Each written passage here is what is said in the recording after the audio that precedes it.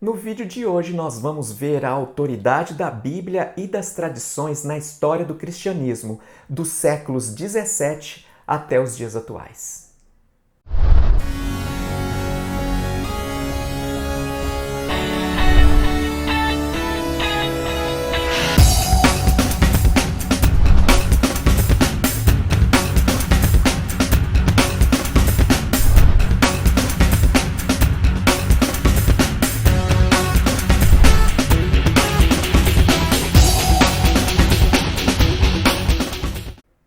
Olá, meu nome é Maurício, seja bem-vindo ao canal Estudando a Verdade, um canal dedicado ao estudo da Bíblia, a Palavra de Deus. Estamos na série Revelação e Inspiração. O vídeo de hoje é uma continuação do vídeo anterior. Nós estamos vendo a autoridade da Bíblia e das tradições na história do cristianismo. No vídeo anterior, a gente viu a autoridade da Bíblia e das tradições dos séculos 1 ao 16. E no vídeo de hoje nós vamos continuar então dos séculos 17 até os dias atuais. Antes de começarmos o tema de hoje, eu gostaria de convidá-lo a se inscrever neste canal, ativar o sininho das notificações e dar aquele like, ok? Vamos então começar o tema de hoje. Série Revelação e Inspiração. A autoridade da Bíblia e das tradições na história do cristianismo, séculos 17 ao 21. Na era da razão, com o surgimento do racionalismo e da ciência moderna, a necessidade e a própria existência da revelação divina passaram a ser questionadas, desafiando os fundamentos da fé cristã. A Bíblia, como fonte e registro da revelação, se tornou alvo de críticas, fazendo com que muitas pessoas negassem a sua inspiração. Descobertas científicas nos séculos 17 e 18, como a visão heliocêntrica do sistema solar por Nicolau Copérnico, Galileu Galilei e Johannes Kepler, as leis da gravidade por Isaac Newton, estabeleceram o conceito mecanicista do universo, ofuscando, de certa forma, a crença no sobrenatural e na revelação divina. Esta descartada como uma coisa desnecessária e enganosa, como um mito ou superstição de uma era ultrapassada. A razão humana agora era o critério da verdade. O célebre axioma de René Descartes, penso, logo existo, se tornou o princípio básico para alcançar o verdadeiro conhecimento. Baruch Benedito de Spinoza, contemporâneo de René, fez da razão o árbitro máximo do que podia ser aceito como verdade na Bíblia.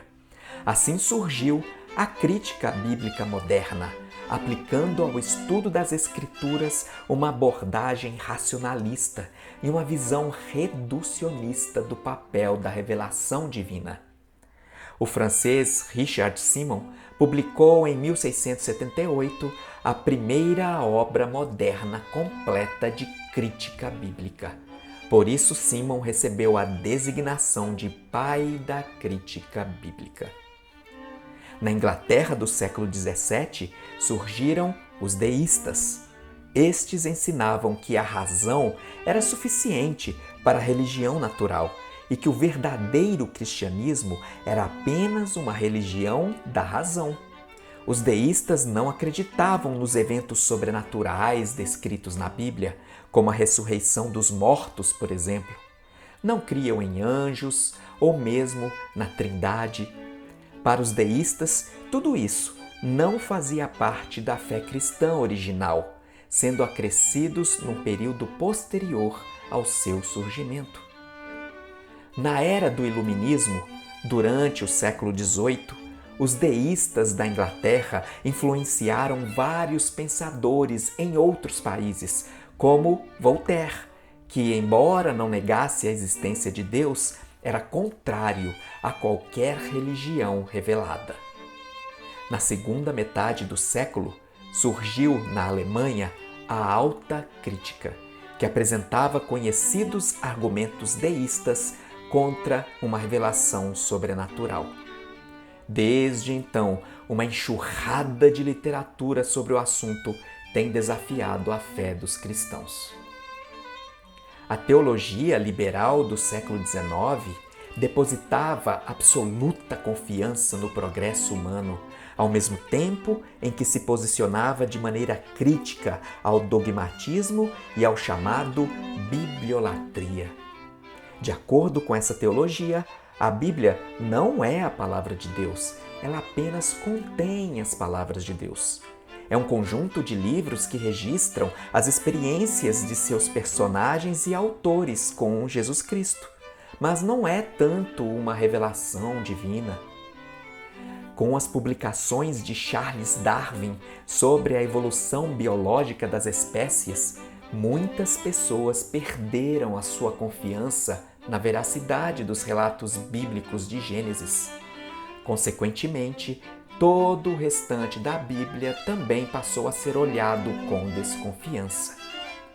Estudiosos da Bíblia, agora com sua nova metodologia crítica, estudavam a Bíblia como se fosse um livro qualquer, colocando-a no mesmo patamar de outras literaturas antigas.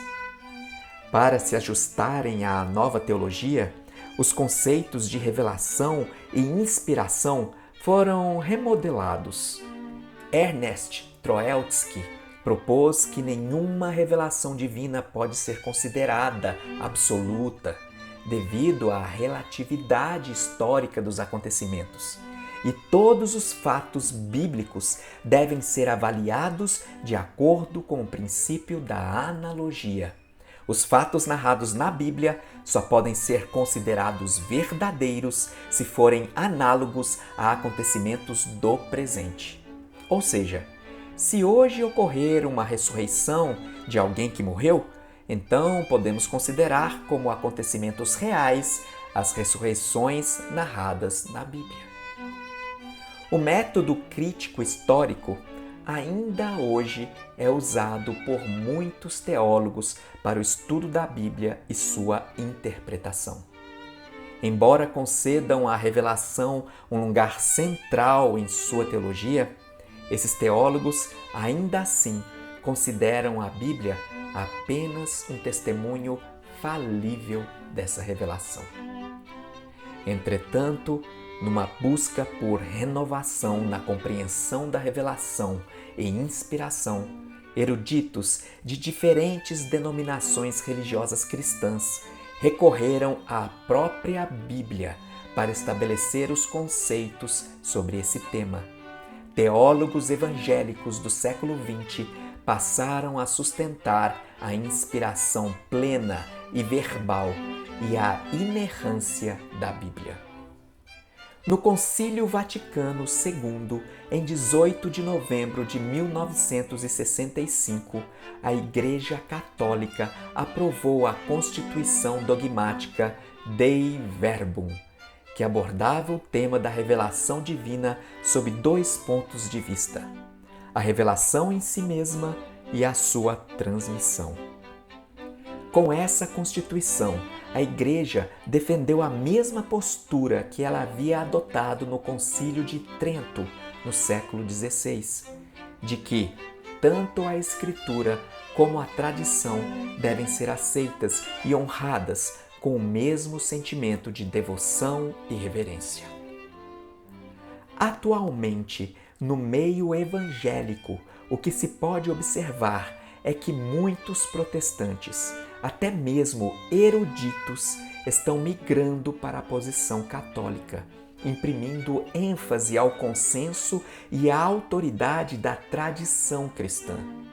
Inevitavelmente, o sola scriptura, somente a Escritura, lema que por muitos séculos se manteve como princípio fundamental do protestantismo, está cada dia mais perdendo a sua força nos vários segmentos da Igreja evangélica.